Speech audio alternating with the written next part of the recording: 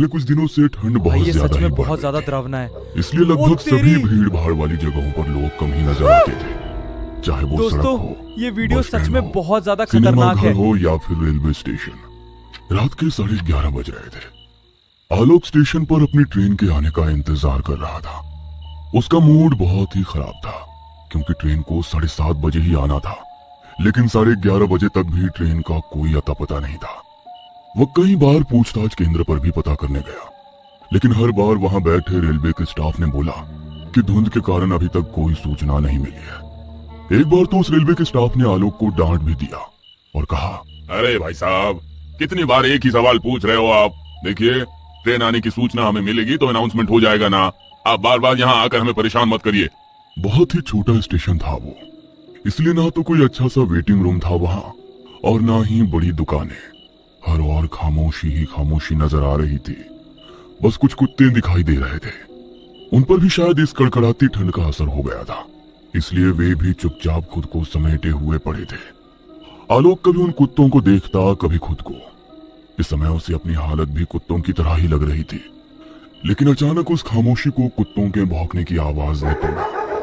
वे कुत्ते लगातार भौंक भी रहे थे और रो भी रहे थे। आलोक को समझ नहीं आ रहा था कि आखिर ये कुत्ते अचानक से इस तरह क्यों भौंकने लगे। वो इस प्रश्न का उत्तर ढूंढने की कोशिश कर रहा था। तभी उसके कानों में रेलवे के अनाउंसमेंट की आवाज आई कि उसकी ट्रेन 2 नंबर प्लेटफॉर्म पर आने वाली है। आलोक उसी प्लेटफॉर्म पर खड़ा था, इसलिए उसे ज्यादा टेंशन नहीं हुई। अचानक आलोक की नजर ट्रेन की पटरी पर गई और उसने वहां जो देखा, उसे देखकर उसका दिमाग हिल गया। उसने देखा कि ट्रेन की पटरी के बीचों बीच कुछ लोग खड़े हैं। उन सबके हाथों में धारदार हथियार थे। यही नहीं, उनमें से 2 लोगों के हाथ में तो कटे हुए सिर भी थे।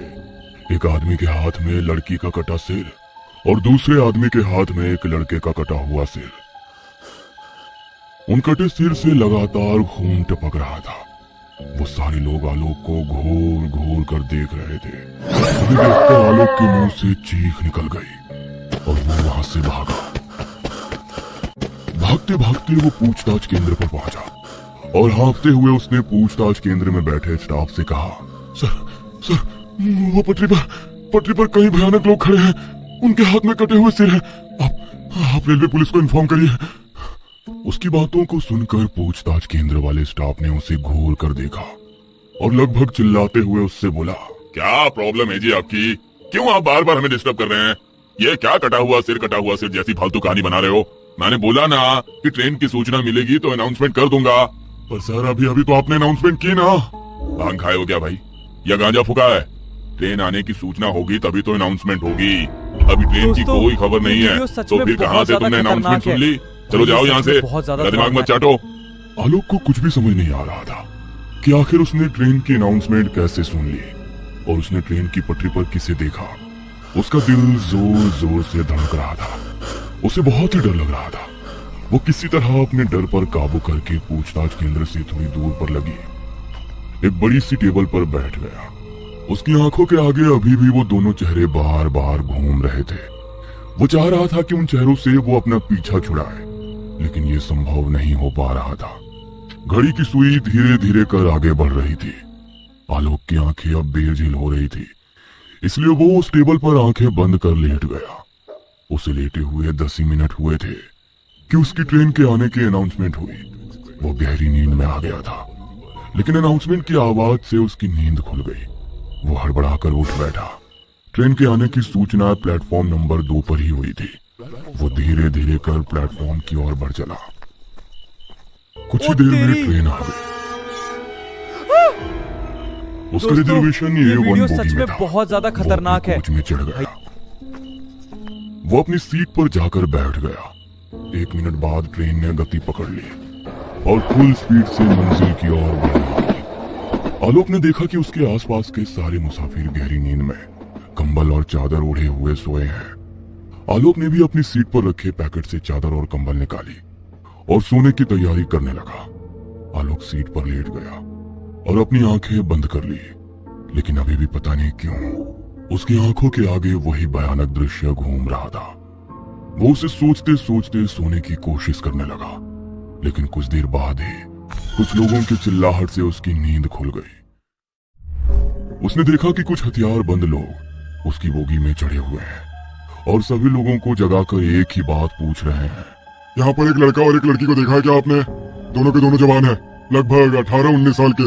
लेकिन सभी लोगों ने ना में अपना सिर हिलाया। आलोक को उन लोगों पर बहुत गुस्सा आ रहा था और वो मन ही मन सोच रहा था कि ये क्या तरीका हुआ सबको जगाने का और इस तरह सवाल पूछने का। बहरहाल वो उनका विरोध तो करना चाह रहा था, लेकिन उनके हाथों के हथियार को देखकर आलोक ने चुप रहने में ही भलाई समझी। कुछ देर बाद वो सभी वहां से चले गए। आलोक फिर से सोने की कोशिश करने लगा, लेकिन तभी उसे फिर लगा कि कोई उसे जगा रहा है। उसने गुस्से में अपनी चादर हटाई दोस्तों, और जैसे ही उसने चादर बहुत हटाई ज्यादा खतरनाक उसने देखा कि एक लड़का और एक लड़की जिसके मुंह पूरी तरह ढके हुए हैं उसे जगा रहे हैं। कौन हो भाई? भैया, मेरा नाम अलका है। मैं इस लड़के से बहुत प्यार करती हूँ। इसका नाम सूरज है। भैया, पर हमारे प्यार को कोई स्वीकार नहीं कर रहा है। पूरा गांव हमारी जान का दुश्मन बन गया है। क्यों? अरे क्या हो गया? तुम हमको इस समय यहाँ काहे बुलाई हो? सब गड़बड़ हो गया है सूरज। पता नहीं पिताजी को कैसे हमारे संबंध के बारे में पता लग गया है। हमको तो बहुत डर लग रहा है। डर? अरे प्यार किया तो डरना क्या? हम अपने लिए नहीं डर रहे हैं सूरज, हमको तुम्हारी फिक्र है। अरे जब तक मेरे हाथ में तुम्हारा हाथ है हमको कुछ भी नहीं हो सकता है। हम हर दीवार गिरा देंगे, जात की, पात की, सब दीवार। बस तुम हमारा हाथ कभी मत छोड़ना। भैया, मैं नीची जात का हूँ और अलका बहुत ही ऊंची जात की है। ये बात गांव वालों को पच नहीं रही है। भैया, हम दोनों ने छिपकर शादी भी कर ली है, पर पता नहीं गांव वालों को ये सब कुछ कैसे पता लग गया। अच्छा, तो कुछ देर पहले हाथों में हथियार लेकर जो लोग आए थे वो तुम लोगों के गांव के थे? हाँ भैया। देखो भाई, आजकल दुनिया बहुत एडवांस हो गई है। तुम लोगों को एक साथ रहने से कोई नहीं रोक सकता। तुम लोग पुलिस की मदद क्यों नहीं लेते? पुलिस? क्या भैया, यहाँ पर पुलिस, कानून, अदालत सब कुछ अलका के पिता और उनका परिवार है। हमारी मदद कोई नहीं कर सकता। ऐसे कैसे नहीं कर सकता? मैं करूंगा तुम्हारी मदद। बताओ मुझे क्या करना होगा? उसके बाद अलका ने आलोक से बोला कि मेरे गांव के कई लोग हमें मारने के लिए ढूंढ रहे हैं। आप किसी तरह हमको उनसे बचा लीजिए। आलोक उनकी बातों को गौर से सुन रहा था और सोच रहा था कि कैसे उनकी मदद की जाए।